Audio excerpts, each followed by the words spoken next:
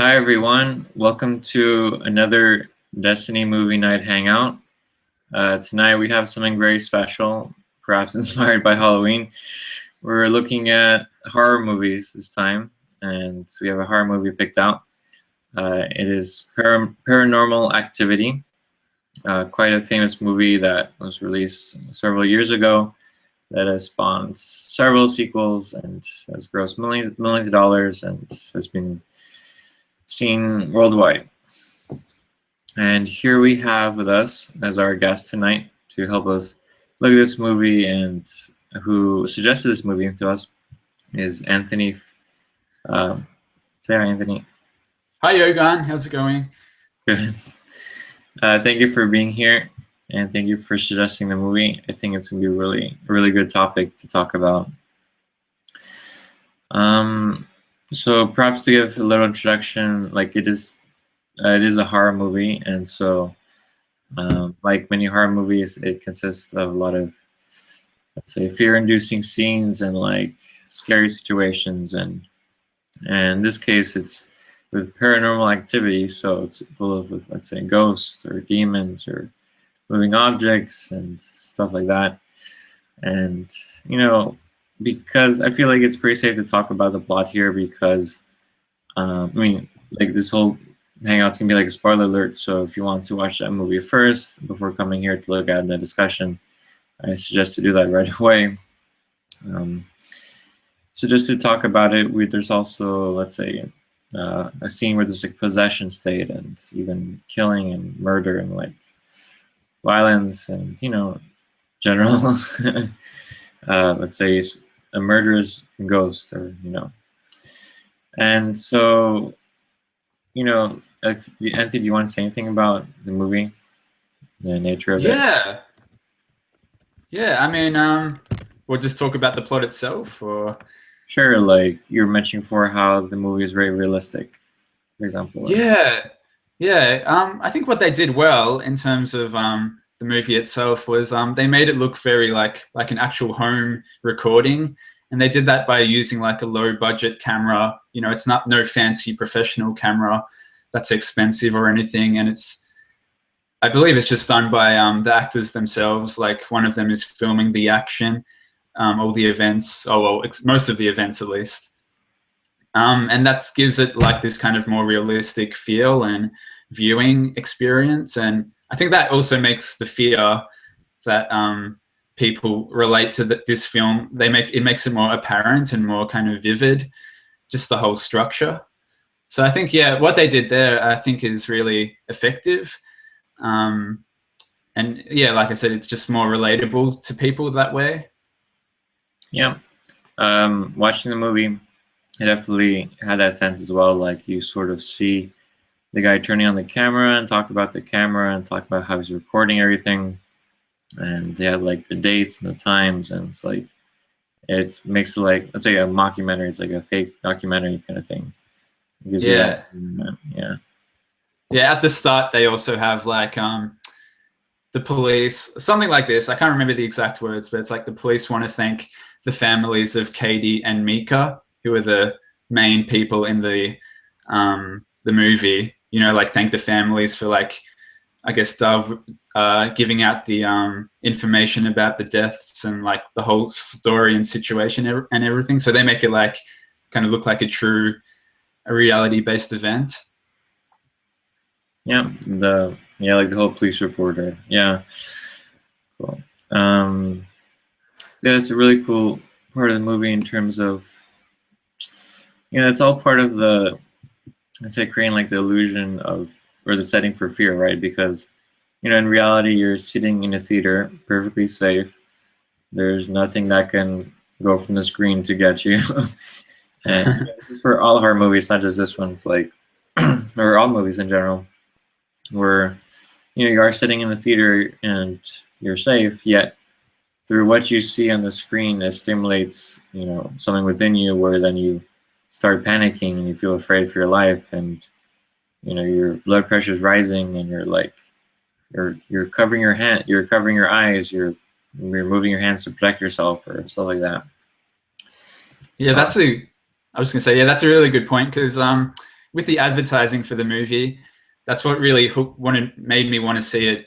They showed like audience reactions. I don't know if you saw it yourself, Yogan, but they showed like people in the cinema. They're like covering their face and like jumping with fear and everything. So I guess that was more like, that was kind of effective marketing to say like, and to show that this film really has an impact on people, and it really like brings out the fear in people.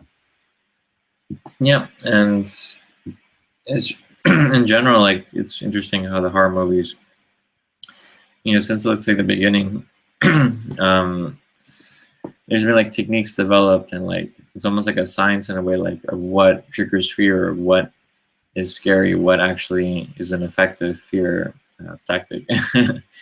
And and just let's say, just for a little bit, take a little detour. Like if you look at how these techniques is used within outside of movies, like within, let's say, a schooling system, or, to educate people, or within governments, or within politics or media, or how like that's also using the same techniques. Yeah, it's not really apparent, and people don't connect it to together. And within movies, it's purely for entertainment purposes, so supposedly. And definitely. Yeah, like, this movie. Sorry, yeah. No, you can go. Yeah, I was just going to say, yeah, the movie. Going back to the movie itself, it also makes great use of silence, which I hadn't seen before in films. Also in current films, like a lot of the movie is like silence, like, and you kind of just watch and wait, like what's going to happen, and it's kind of like, you don't know what's going to come out or anything. So, whereas a lot of other movies are kind of just very loud, they have like loud bangs, and it doesn't really use silence as much as I think Paranormal Activity did, and I think it did that well. Yeah, it's interesting how I've met people in my life who, or a few people, not many people, but who they can't be alone in like silence. They always need like music going on. They always need some activity going on, because if it's just quiet in the room, they get this feeling of fear coming out for whatever reason.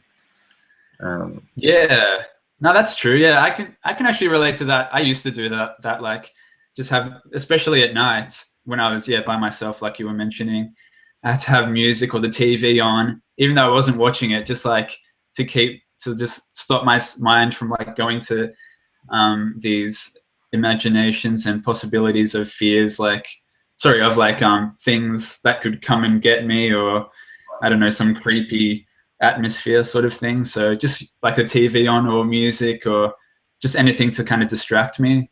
So it's interesting how we rely on that instead of like investigating why we have these fears in the first place, and why they exist and where they came from. Yeah, and that's exactly what we do with the DIP process, which is what is hosting, which is why we're here, which is what Destiny is about. Looks like we have here.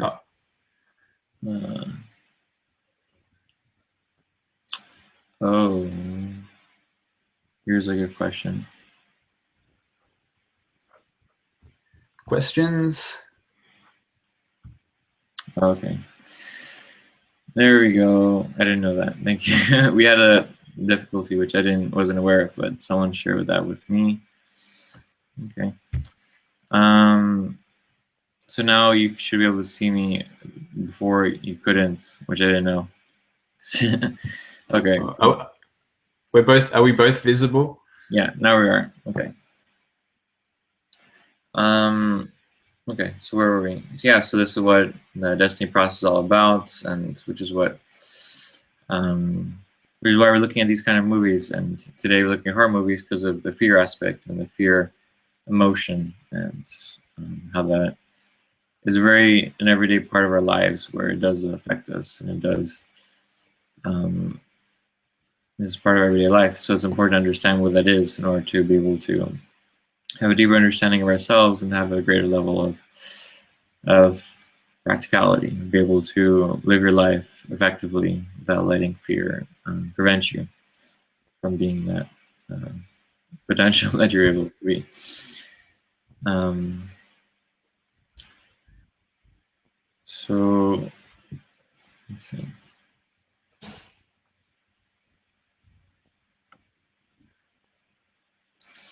So another thing about this movie too, like you were saying, how it uses a lot of silence. Something else that the movie uses is the spirits and the demons and the unseen forces. How I can relate a lot to that, to being the feeling of not having power, to not having control, of not being able to um, be able to, let's say, decide your own fate. Like it's sort of something else is deciding for you. Yeah, exactly. Yeah, yeah, I can relate to that too. Like, especially with like the demons and like potential spirits. Like as a child, like I was always fearful of that because like they could be like kind of invisible and invincible entities, and so I'm just a human and I can't like attack them or whatever. So they have the upper hand and they reign supreme and always will. So it's easy to kind of get caught in that, and even though it's obviously not realistic, but just all the mind makes it something that it's actually not. Yeah, it's really true. I've been through that myself as well. Growing up, you have like you see when as a child, usually you see some sort of horror movies of some sort, and usually develop some sort of fear, and usually have nightmares of some sort. And then you usually sit in your room in the dark and you have these fears. Like, for example, remember like a fear of um, I don't know, just like a fear of like something in my room or something in the dark or some like sound or noise. And Yeah, yeah, yeah. I'm the same. Yeah, just like I was really paranoid as a child, and in my teenage years, as we were mentioning before the hangout started, just like rain or anything outside, trees, um, just any kind of even like little subtle noises, like I just freaked out, and I was like I'd rather just kind of crawl up in my bed and just kind of suppress all that and ignore those fears. But they're just obviously just things of the world, just in the environment, just rain and things. It's funny how I connected that to like monsters and demons and spirits and things of the night that aren't real and aren't realistic. yeah. I mean, like for me, like I had fears of, let's say, a robber coming into the house, like killing us, for example. And, it's like that could happen, but when you actually investigate, like, let's say, the likelihood of that happening, or in your neighborhood, and maybe perhaps your neighborhood is like very dangerous, so you do take the proper steps that you can to like protect yourself as much as possible. And that's Yeah. the best thing you can do, is just whatever is practical, what you can actually physically do.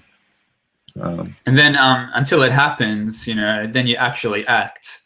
But if it doesn't happen, then you kind of just keep fearing what could happen and what if. And yeah, like you said, just practically setting yourself up for what could happen, but not going overboard in terms of fearing what could happen and what might happen until it actually, but after it actually does happen, then you can obviously act.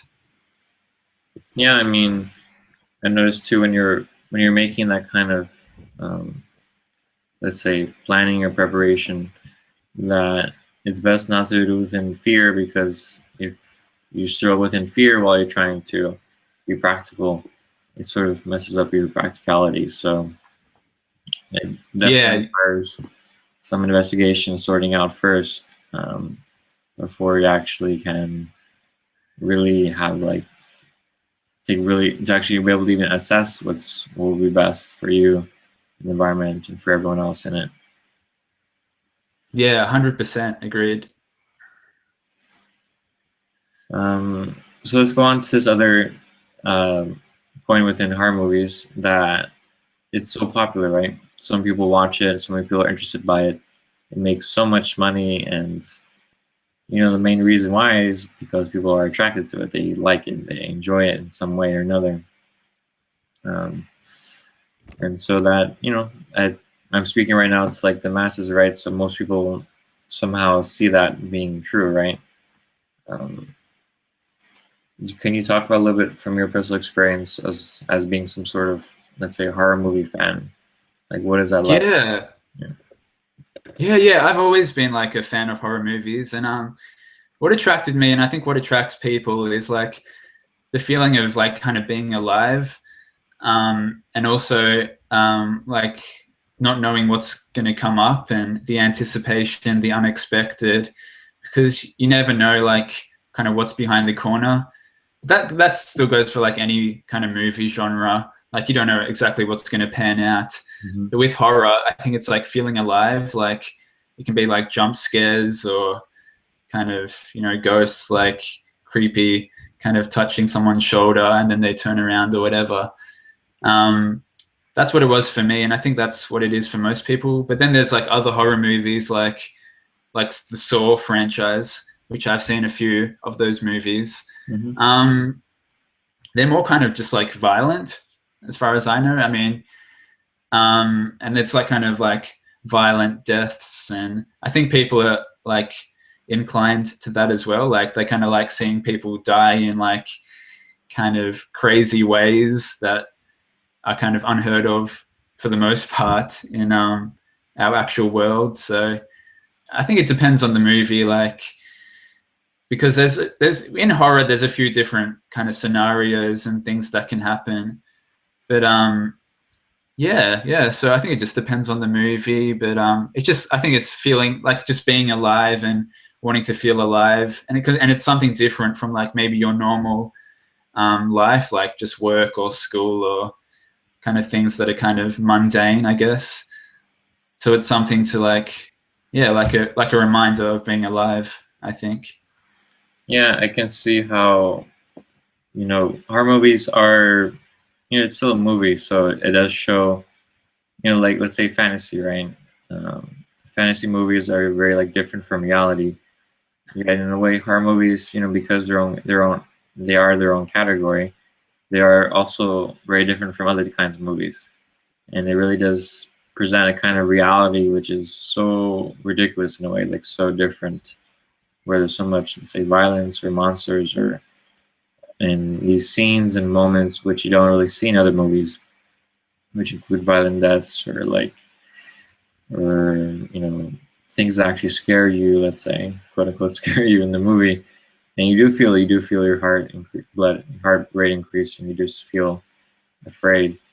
And Yeah. Sorry. Yeah. yeah, exactly. I mean, some movies have some of that, but horror movies are specifically to create that experience. That's what really makes them distinct. Yeah. Like you were saying, like the blood pressure rising and kind of shivers maybe, because you don't really get that frequently in real life, and people kind of long for that. And like you were saying before the hangout too, it's similar to like roller coasters and wanting to feel like the thrill. And I mean, for me personally, like roller coasters, like my heartbeat always increases, and it's kind of pretty terrifying. But at the same time, it's people like it because it's something different, and it's kind of I think people do like to show that they're kind of human. But yeah, obviously at the same time, like something like a roller coaster or whatever, or I mean, just like your heartbeat increasing rapidly or blood pressure. I mean, it's not actually good for the physical body itself. So it's interesting in that regard. Yeah, and now that we were talking about this topic, it just reminded me of something that I wasn't really aware of, but it makes a lot of sense.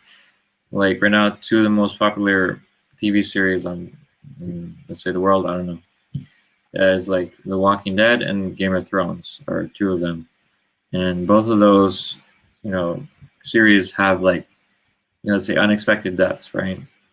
And in horror movies, that's all they have is like many deaths all the time. It's like, in real life, people don't die in that kind of way. And I feel like perhaps these two TV series, they're so popular because they kill characters off in the way they do, and you know, it's like almost involving a little more horror in these movies, and at the same time, it's showing a kind of it's more realistic for many people because in the real world it is like survival. It is kind of like depending on where you're in the world, you could be literally like fighting for your life. And some people, it's like just within their jobs, and for other people, it's actually literally. Say you're in a very poor country, you're fighting just to get enough to eat, something like that. And so there are people who see death in that way daily, and other people who are stressed all the time, where they do feel like they're trying to fight to survive. And I could see how that horror movie kind of brings out that same point of adrenaline, and in a way, perhaps gives a closer description to reality than other movies, which end in very happy endings, which most people in the world really don't have that, say, happy ending. Even though they may have it temporarily, that for many people out there, they're usually struggling some way financially or with some sort of trouble. I'm talking about the majority here, not like those who are well off, who don't have a worry in the world. But yeah, that's a good point too. Yeah.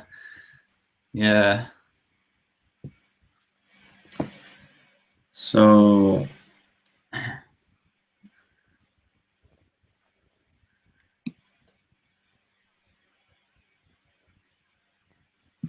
yeah, so definitely horror movies have a lot of shocking deaths and like shocking things, and like some movies have plenty of gore and blood and like all these things which when you see them it like gives you like a shock, which because you don't really see those things, and when your mind sort of looks at it, it's kind of like, whoa, what's going on here? It's like, is this really happening?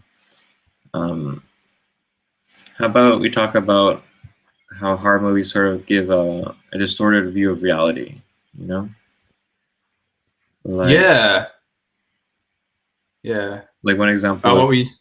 like one Yeah, sorry. example is seeing someone like getting shot, for example, or someone punch. Like the other day, I was seeing like a trailer for or like something like a horror movie where someone's like punching through someone's body or something, or like or squishing someone's head together, like all this gore comes out. And for some people, like, well, practically speaking, that wouldn't really be possible because of the bone structure and everything. Yet they use movie magic to create these scenes, and then you sort of for some reason you believe it's real, and you sort of get shocked, right?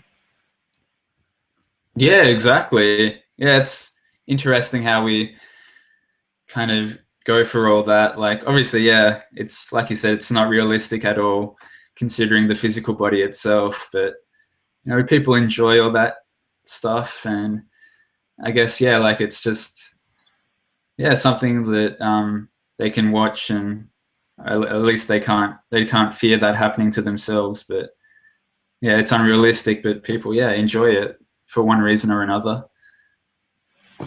Yeah, like like looking at the paranormal activity. For me, when I look at, let's say, the point of possession, like let's say the demon possesses you, right? Which happens to one of the characters, Katie, thing in the movie. I don't know, just for me, it seems kind of interesting. Let's say, like, if someone or something like wanted to possess me, it's like, okay, like, where is your free will? Like, where is your power to decide what you're gonna do with your body? And that's like a question I think that you sort of many people watching the movie sort of like give up or just accept, like, okay, well, the demon has my power, so it can just possess you. But that's like a question you could ask, like, how, like, why can't I decide, like, okay, I'm not going to be possessed. Yeah, I mean, it would be good if we had that option. I mean, I know it's just a movie, but yeah, like you said, like as soon as you're possessed, you do kind of lose your free will in that sense, and it's not ideal not being able to have complete control of your body. So Yeah, that's kind of funny too, like how with working with the mind and with the destiny process, how that's sort of what happens. We're investigating with the mind how in everyday life there are moments where you are in a way possessed by your own mind, even by your thoughts. Where, for example, you could be so narrow-minded onto one thought that that one thought could drive you to actually live it out. And that could be anything as, let's say, scary as murder, or something as simple as, I don't know, just not deciding to do your chores, or not helping someone out, or not doing your responsibilities. And it's funny, like how even with our own thoughts, like the same way, like we don't question what happens in horror movies, how come we don't question what's happening in our own thoughts, in our own minds, and accept and allow that kind of possession as well. Only because we don't even question it. Because if we question it, then it wouldn't really have that much power at that point, really. Yeah, it's really vital to like, well, yeah, with the Destiny course, like you said, like DIP Lite and DIP Pro, just to investigate where these thoughts come from and these fears. Otherwise, you just suppress them. We all suppress them, and they pop up eventually at some other stage. So it's really important to see why they exist and to dissect them, and to obviously, yeah, to stop them from coming up in the future. And that's what's cool about it. That's what Destiny is for. That's what the tools are for, to walk yourself out of those fears and to stop unnecessary fears from occurring, and to live a life that like you can be proud of, and that you can, live without fear. I mean, because who wants to live with fear? I mean, it stops you from doing things practically and stops you from enjoying life. Yeah, and even like I was saying before, you to question your own thoughts. Like you can even question fear itself. Like, why am I actually afraid of this thing? When what purpose does it even really have? Like, why is there even fear in the first place? Why am I actually even afraid? And it's And like, yeah, yeah, yeah. sure. Usually, yeah, it starts from childhood. Like most things, they start from childhood. Same with like school, like they're all kind of new experiences, like school, the schooling system, and like meeting people for the first time and having to make friends and trying to stand out, perhaps like be popular. But like most things, they start from school, and like as I start from being a child. And you hear like when you're told that like Santa exists, and like the Easter Bunny and the Tooth Fairy, and it's all plays with the imagination, and like kind of builds and fantasizes that, which I personally don't see as cool. And like I'd rather be upfront about things like Santa not being real and the Easter Bunny not being real, because then you just kind of, otherwise, like in saying like all these things are real when they're actually not, you just like feeding the mind and feeding imagination. And even though they're kind of positive, or they're meant to be positive, things like Santa and all that, it's still powering like fantasy. So yeah. Yeah, like I was saying before with horror movies, they're a movie, yet it creates an illusion that many people accept as true and as real. And one common example is when people watch a movie or TV series, when they see a certain character being evil, a lot of people tend to actually, when they see that actor who plays that evil character, they actually, believe in some way that that actor is evil, like that character he's playing on TV or in the movie. And so it's kind of like that same point where they sort of make people aren't aware that what you're seeing isn't real. And some people are in the more extreme where they actually are really so possessed by what they saw in the movie that they're really afraid of, let's say, zombies, or I don't know. When of course zombies are a creation that's never really existed. It's just always been existed in movies and TV series. Yeah, it's within your own mind. So it's like that. It's like a whole separation from reality. Like you were saying, like when with the fantasies with Easter bunnies and Santa Claus, that's a whole fantasy separate from reality, and that's given a reality by our own minds, through our minds, and through what we feel about it, what we believe, and that's not really questioned or understood or taught, so that others understand what's going on with their own minds through childhood. And ideally, parents and teachers would show this to children, that the power of their mind, the what they're seeing in movies and TVs are, just a belief. It's just a fantasy. It's created, and that there are these beliefs out there that many people believe that have no like physical substance, like no reference, no like reality to them. Yeah, exactly. It's kind of crazy. I mean, it is crazy how far we take things when we think about them in our minds, and how much of a big deal we can make out of something so small or so unnecessary or unrealistic. I mean, I can personally relate to that, like making a huge deal out of things, like insignificant things, and letting it like take over my life and what I do. And then I obviously, like you were mentioning, like you make bad decisions, and decisions that aren't like in line with the real world. So it's really important to, again, with the Desteni process, like to kind of stop these thoughts, these fears, emotions, feelings, so you can be like 100% like correct in everything that you do. Yeah. Yeah, I mean, yeah, I agree with that. Because it's like it's a point of power, point of direction.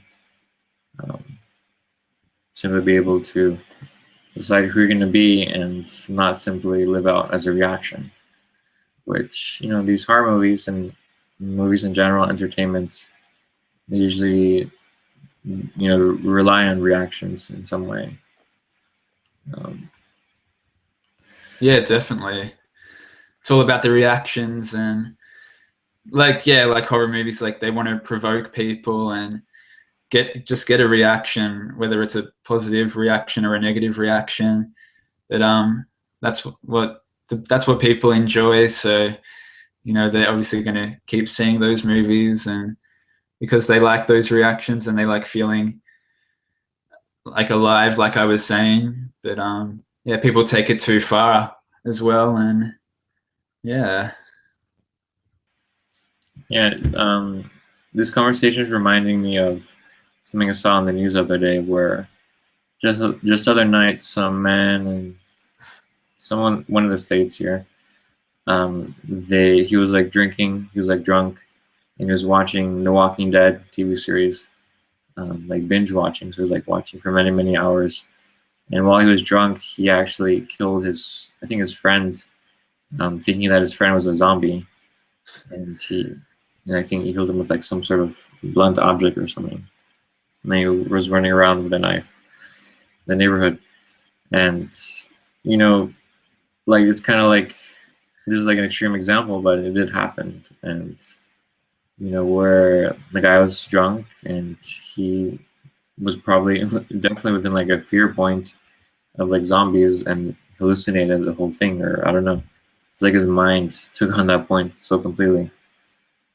Yeah, and alcohol obviously fueled that in the moment too. Like that really made it really strong. And I mean, I wonder if he would have done that without the alcohol. But yeah, the alcohol plus the fear plus the Walking Dead. It's interesting how he manifested that fear through killing his friend. Was it? Yeah. Yeah. So I mean, yeah, like it's really important to understand the mind, and like it's almost like playing with fire in a way when you play with fear, because it is a really powerful emotion, compared to all the other emotions. It does very easily take control of a person in the moment, and that's something that if taking the DIP course is something that you will work with and will have a chance to really investigate yourself and what's going on within you and be able to understand it and direct it. And this is why I liked our movie topic today, because I think fear is something really cool to look at and see within horror movies is like really almost like a perfect discussion topic for that. Definitely.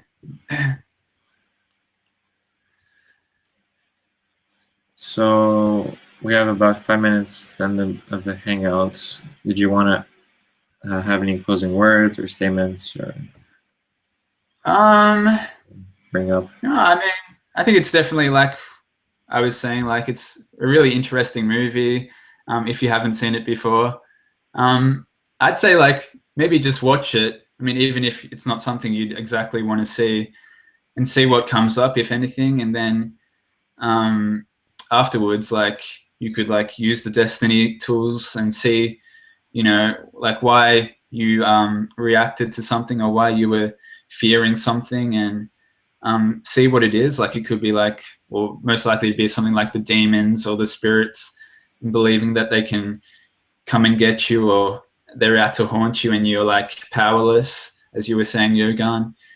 So just to like watch the movie and see, I mean, it's different. Like I think if it's like a genuine, like if like it's like a loud bang or something, and then you kind of jump up, then that's not like a mind-based fear. That's kind of like just like a physical kind of reaction. It's different if it's like kind of you see the demons and they're like kind of floating and whatever, and then like you kind of like merge that with the whatever's in your mind, and like it kind of becomes this kind of manifestation, and then you just don't know where to go from there. So I think just it's cool to watch the movie and see if anything comes up, and to dissect it from there with the tools that Desteni provides. Yeah, that seems like a cool little experiment or test. I know that perhaps childhood memories, nightmares may come up, and that's also would be something else that would be cool to write about and to investigate. And I would visit the Desteni forum, the Desteni website, to read more about these Desteni tools that you could use to support you within that investigation. I've seen Paranormal Activity. I don't know if I said that, and it was definitely, it, like you said, like it had those moments where it gave you that space where you would sort of fill in your own fears and anxieties and like what could happen in a moment. And it's like, yeah. I think that was, like you said, was very interesting, like how your mind then sort of starts playing with that space and starts creating that fear. And yeah, I think that's an interesting thing to observe and to look at. Definitely, yeah. Okay. So it seems like those were our final words. I definitely enjoyed this hangout. That was really cool. And for everyone watching, we have other hangouts throughout the week. So make sure you check out what's the next hangout. We'll probably have one next Thursday and Friday. And Fridays are the days we usually have our movie night hangouts. Thursdays we have our process-related hangouts. So definitely check those out. And we also may have other hangouts that are outside the schedule. So I suggest checking out our Facebook page and checking out the YouTube channel to see when hangouts are scheduled. Looks like we have a question or a comment here from Marzana. I'll just read this out. She's saying, "Hello, just want to say that is so progressing with the movie, this fear factor. I can compare from my childhood in 1970, and comparing it now is very different. And progressing with the mind question this.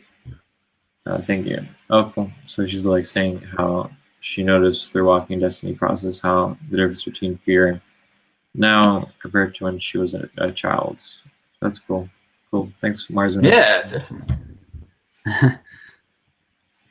Did you want to say anything about the comment or no? No. I mean, yeah, it's like you're saying, like, you know, fears, they start in childhood, and it's cool that you can work with them with the Desteni process and dissect everything that came up in childhood, like nightmares, most likely. I mean, I think nightmares are very prevalent as a child. So yeah, I think that's all I have to say about that. Cool. Thank you, Marzina, for sharing. It was cool that you do that. And so, yeah, so make sure to check out our other hangouts. And yeah, so this concludes our first, I think, horror hangout, as far as I'm aware of. And, you know, just for Halloween, I think that's kind of funny. And so this is Yogan. Thank you for watching, and make sure you check me out in the future in other hangouts. I'll be doing more movie hangouts. I want to say thank you for Anthony for being here. Thanks, Yogan. Yeah, thank you, everybody. Well, hopefully we'll see you in another one in the future. Bye, everyone. Have a good night and happy Halloween. Wherever you are in the world. Bye.